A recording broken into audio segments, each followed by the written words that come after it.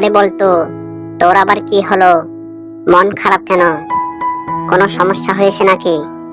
আরে বলো না, বাবার কাছ থেকে টাকা চেয়েছিলাম, আর টাকা না দিয়ে ঠিকই জ্ঞান দিতে লাগলো। তাই তো রাগ করে এখানে এলাম। ধুর, এটা কোনো বিষয়? তবে একটা কথা ছিল। কি কথা? কিছুক্ষণ আগে দোকানের এক শিয়াল সিগারেট নিয়ে এদিকে যাচ্ছিল। তখন আমি এক প্যাকেট সিগারেট কিনে রেখেছি। চল দুজনে গিয়ে খাই। কি বলিস? আমি এসব খাই না, তুই একা একা খা। আর এসব খাওয়া ভালো, আর যখন খাবি না তখন তোর আর কোনো টেনশন থাকবে না, পুরাই ঝাক্কাস। তাই নাকি? চল তাহলে দুজনে গিয়ে খাই।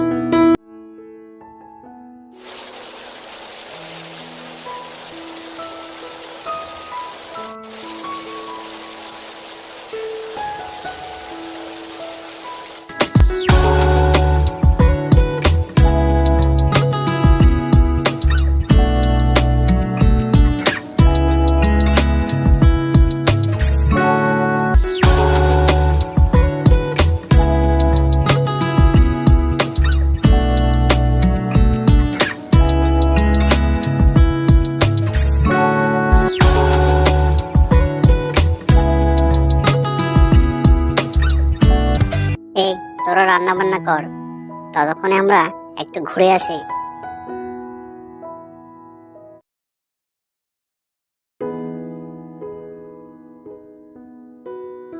আরে আরে, পোড়া মাংসের সুস্বাদু ঘ্রাণ কোথা থেকে আসছে রে?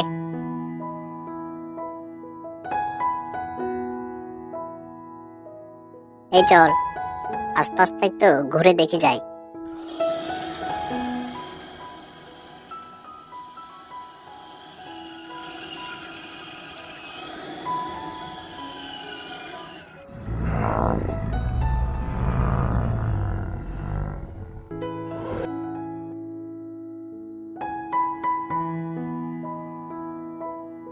বাবারে বাবা, কত বড় দৈত্য দানব কিংকং! আর পাশে দেখ, ওগুলো কি? কতগুলো মাংস!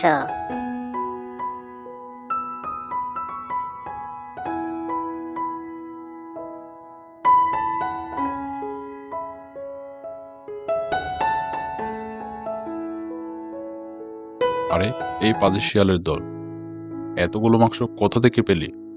চুরি করিসনি তো আবার? না মামা, এগুলো তো আসার সময় এনেছি, জোপের আড়ালে লুকিয়ে রেখেছিলাম। এগুলো আনতে গিয়েছিলাম।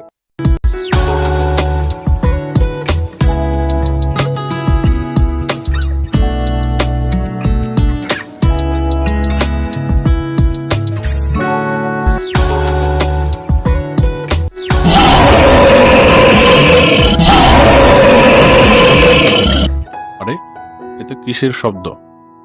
মনে হয় কোনো দানবের। মনে হয় দৈত্য দানব কিংকংটা টের পেয়ে গেছে। এখন কি হবে রে?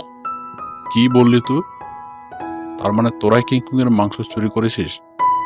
আগে বাড়ি ফিরি, তারপর তোদের ধোলাই করব।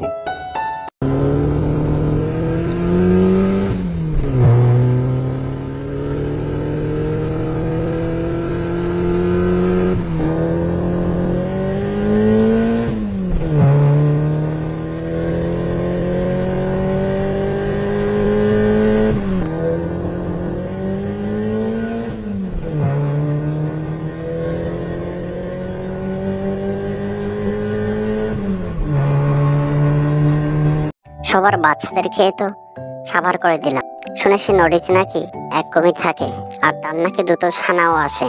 আর কুমিরের মাংস তো অনেক মজা হবে। যাই, কুমিরকে বোকা বানিয়ে তার দুটো বাচ্চাকে বাগিয়ে আনি।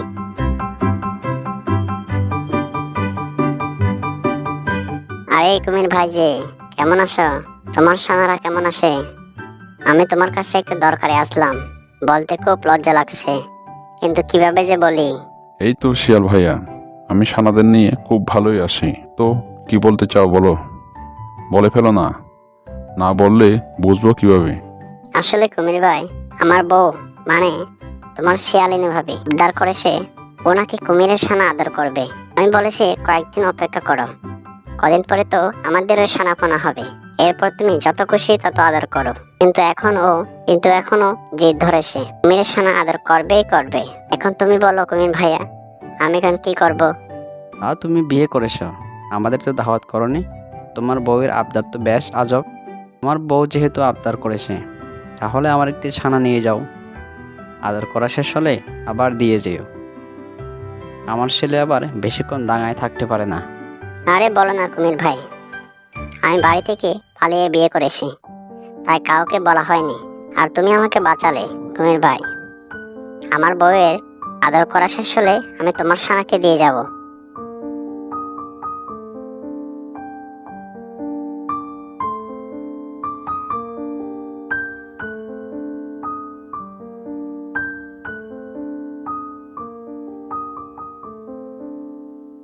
অনেকক্ষণ তো হয়ে গেল, শিয়াল ভাইয়া তো আমাকে এখনো ছানা ফেরত দিয়ে গেল না। এখন যে কি করি? হাই হাই কুমির ভাইয়া, এই তুমি কি করলে? তুমি বাবা হয়ে এই পাজে শিয়ালের হাতে তোমার ছানাকে তুলে দিলে। কেন বানর ভাই, তুমি এরকম বলছো কেন? আমি আসার সময় ওই পাজে শিয়ালকে তোমার ছানাকে খেয়ে ফেলতে দেখলাম। হাই হাই, এ আমি কি করলাম? আমি বাবা হয়ে আমি আমার ছানাকে ওই পাজি শিয়ালের হাতে তুলে দিলাম। না কুমির ভাইয়া, ও আমার ছানাকেও খেয়ে ফেলেছে। শোনো কুমির ভাই, ও আবার আসবে তোমার এই বাচ্চাকে নিয়ে যাওয়ার জন্য। তখন তুমি বুদ্ধি করে ওই পাজি শিয়ালকে পানিতে নামাবে, আর তুমি ওই পাজি শিয়ালকে কাবু করতে পারবে। আমি চললাম কুমির ভাইয়া, আমি যেমনটা বললাম তেমনটা করো।